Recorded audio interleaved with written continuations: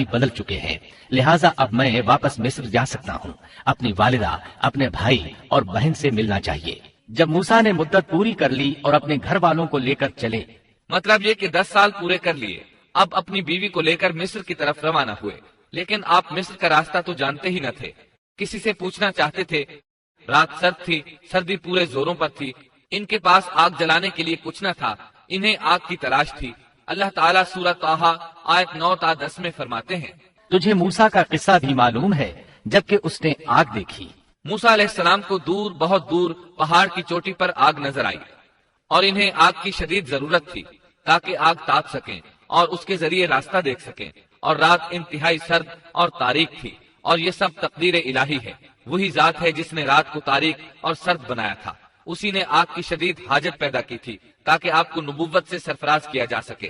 انہوں نے آگ دیکھی تو اپنے گھر والوں سے کہا، مجھے آگ دکھائی دی ہے، بہت ممکن ہے کہ میں اس کا کوئی انگارہ تمہارے پاس لاؤں یا آگ کے پاس سے راستے کی اطلاع پاؤں۔ جب موسیٰ علیہ السلام آگ کے قریب پہنچ گئے تو وہاں ایک عجیب ہی نظارہ تھا۔ قرآن کریم نے اور بھی کئی منظر بیان فرمائے ہیں، لیکن یہ منظر ان سب سے انوکھا منظر تھا۔ یہ آگ نہیں تھی، بلکہ ایک بہت بڑے کانٹے دار درخت کے اندر سے نور نکل رہا تھا، یا یوں کہہ لیں کہ درخت سے آگ کے شعلے نکل رہے تھے۔ موسیٰ علیہ السلام بہت حیران ہوئے، ذرا اور قریب ہوئے تو درخت اور زیادہ منور نظر آیا، پھر انتہائی قریب چلے آئے، تب اس درخت میں سے آواز سنائی دی۔ یہ آواز اللہ سبحانہ و تعالی اور ایک انسان کے درمیان براہ راست خطاب تھا۔ اس جیسے خطاب کی مثال اور کہیں نہیں ملتی۔ سورہ طٰہٰ آیت 11 اور 12 میں ہے، جب وہ وہاں پہنچے تو آواز دی گئی، اے موسیٰ، یقیناً میں ہی تیرا پروردگار ہوں، تو اپنے جوتے اتار دے، اس لیے کہ تو پاک میدان طوا میں ہے۔ سورہ طٰہٰ آیات 13 تا 16 میں اللہ تعالیٰ فرماتے ہیں، اور میں نے تجھے منتخب کر لیا ہے، اب جو وحی کی جائے اسے کان لگا کر سن، بے شک میں ہی اللہ ہوں، میرے سوا کوئی عبادت کے لائق نہیں، بس تو میری ہی عبادت کر اور میری یاد کے لیے نماز قائم رکھ۔ قیامت یقیناً آنے والی ہے جس کو میں پوشیدہ رکھنا چاہتا ہوں تاکہ ہر شخص کو وہ بدلہ دیا جائے جو اس نے کوشش کی ہو، بس اب اس کے یقین سے تجھے کوئی ایسا شخص روک نہ دے جو اس پر ایمان نہ رکھتا ہو اور اپنی خواہش کے پیچھے پڑا ہو، ورنہ تو ہلاک ہو جائے گا۔ قرآن کریم میں یہ مضمون دیگر مقامات پر بھی بیان ہوا ہے۔ سورۃ القصص آیت 30 میں ہے، بس جب وہاں پہنچے تو اس بابرکت زمین کے میدان کے دائیں کنارے کے درخت میں سے آواز دیے گئے کہ اے موسیٰ، یقیناً میں ہی اللہ ہوں، سارے جہانوں کا پروردگار۔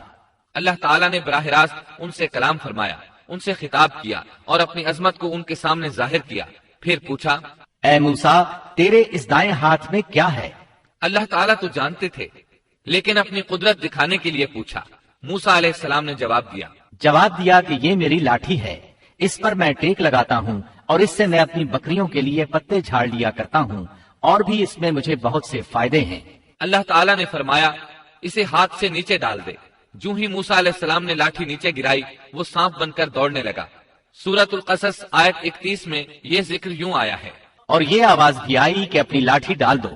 پھر جب اس کو دیکھا کہ وہ سانپ کی طرح پھن پھنا رہی ہے تو پیٹ پھیر کر واپس ہو گئے، یعنی اس طرح بھاگے کہ پیٹ پھیر کر نہ دیکھا۔ ایسے میں اللہ تعالیٰ نے آواز دی، اے موسیٰ، آگے آ، ڈر مت، یقیناً تو ہر طرح امن والا ہے۔ اسی طرح سورہ طٰہٰ آیت 21 میں فرمایا بے خوف ہو کر اسے پکڑ لے، ہم اسے اسی پہلی سی صورت میں دوبارہ لا دیں گے، یعنی اسے دوبارہ لاٹھی بنا دیں گے۔ موسیٰ علیہ السلام واپس پلٹے، اس کو دم سے پکڑا تو وہ پھر لاٹھی بن گئی۔ اب اللہ تعالیٰ نے فرمایا، اور اپنا ہاتھ اپنی بغل میں ڈال لے۔ سورۃ القصص آیت 32 میں الفاظ یوں ہیں، اپنے ہاتھ کو اپنے گریبان میں ڈال۔ دونوں جملوں کا ایک ہی مطلب ہے کہ اپنے ہاتھ کو کپڑے کے نیچے سے داخل کر کے اپنی بغل تک لے جا۔ موسیٰ علیہ السلام نے ایسے ہی کیا۔ جب ہاتھ باہر نکالا تو وہ اس طرح چمک رہا تھا جیسے سورج، ان کے ہاتھ سے نور عظیم نکل رہا تھا۔ اللہ تعالیٰ سورہ طٰہٰ آیت 22 میں فرماتے ہیں، اور اپنا ہاتھ اپنی بغل میں ڈال لے تو وہ سفید چمکتا ہوا ہو کر نکلے گا، لیکن بغیر کسی عیب اور روک کے۔ یہ دوسرا معجزہ ہے۔ دوسرے مقام یعنی سورۃ القصص آیت 32 میں ہے، اپنے ہاتھ کو اپنے گریبان میں ڈال، وہ بغیر کسی قسم کے روک کے چمکتا ہوا بالکل سفید نکلے گا۔ اور جب ہاتھ کو دوبارہ بغل میں لے جاؤ گے تو روشنی ختم ہو جائے گی، یعنی ایک بار ہاتھ بغل میں دو گے تو روشن ہو کر باہر نکلے گا، اور جب دوسری بار ہاتھ بغل میں لے جاؤ گے تو روشنی چلی جائے گی۔ اور یہ اللہ تعالیٰ کی طرف سے معجزہ ہوگا۔ سورۃ القصص آیت 32 میں ہے، اور خوف سے بچنے کے لیے اپنے بازو اپنی طرف ملا لے۔ یعنی جب تو خوف و خطرہ محسوس کرے، تجھے کوئی دھمکی دے اور تجھے کوئی خوف محسوس ہو تو اپنا ہاتھ اپنی طرف ملا لینا، خوف جاتا رہے گا۔ حافظ ابن کثیر رحمت اللہ علیہ فرماتے ہیں کہ موسیٰ علیہ السلام کی اقتداء میں جو شخص بھی گھبراہٹ کے موقع پر اپنے دل پر ہاتھ رکھے گا تو اس کے دل سے خوف جاتا رہے گا یا کم از کم ہلکا ہو جائے گا انشاءاللہ۔ اللہ تعالیٰ سورۃ القصص آیت 32 میں فرماتے ہیں، بس یہ دونوں معجزے تیرے لیے تیرے رب کی طرف سے ہیں، فرعون اور اس کی قوم کی طرف، یقیناً وہ سب کے سب بے حکم اور نافرمان لوگ ہیں۔ آگے اللہ تعالیٰ فرماتے ہیں، یہ اس لیے کہ ہم تجھے اپنی بڑی بڑی نشانیاں دکھانا چاہتے ہیں۔ اس کے بعد سورہ طٰہٰ آیت 24 میں یہ حکم ملتا ہے، اب تو فرعون کی طرف جا، اس نے بڑی سرکشی مچا رکھی ہے۔ موسیٰ علیہ السلام نے اللہ تعالیٰ سے ان الفاظ میں عرض کی، موسیٰ نے کہا، اے میرے پروردگار، میرا سینہ میرے لیے کھول دے اور میرے کام کو مجھ پر آسان کر دے اور میری زبان کی گرہ بھی کھول دے۔ یعنی میری زبان میں لکنت ہے، جب تک میری زبان کی یہ حالت ہے میں انہیں کس طرح دعوت دوں گا، جیسا کہ سورہ طٰہٰ آیت 27 اور 28 میں ہے، اور میری زبان کی گرہ بھی کھول دے تاکہ لوگ اچھی طرح میری بات کو سمجھ سکیں۔ حافظ ابن کثیر رحمت اللہ علیہ فرماتے ہیں کہ آپ کے بچپن کے زمانے میں آپ کے سامنے کھجور اور انگارے رکھے گئے تھے، آپ نے انگارہ لے کر منہ میں رکھ لیا تھا جس سے زبان میں لکنت ہو گئی، پھر اللہ تعالیٰ سے دعا کی کہ میری زبان کی گرہ کھل جائے۔ موسیٰ علیہ السلام کے اس ادب کو دیکھیے کہ صرف حاجت کے بقدر سوال کیا، یہ نہیں کہا کہ میری زبان بالکل صاف ہو جائے، بلکہ اتنا کہا کہ میری زبان کی گرہ کھل جائے تو لوگ میری بات سمجھ لیں۔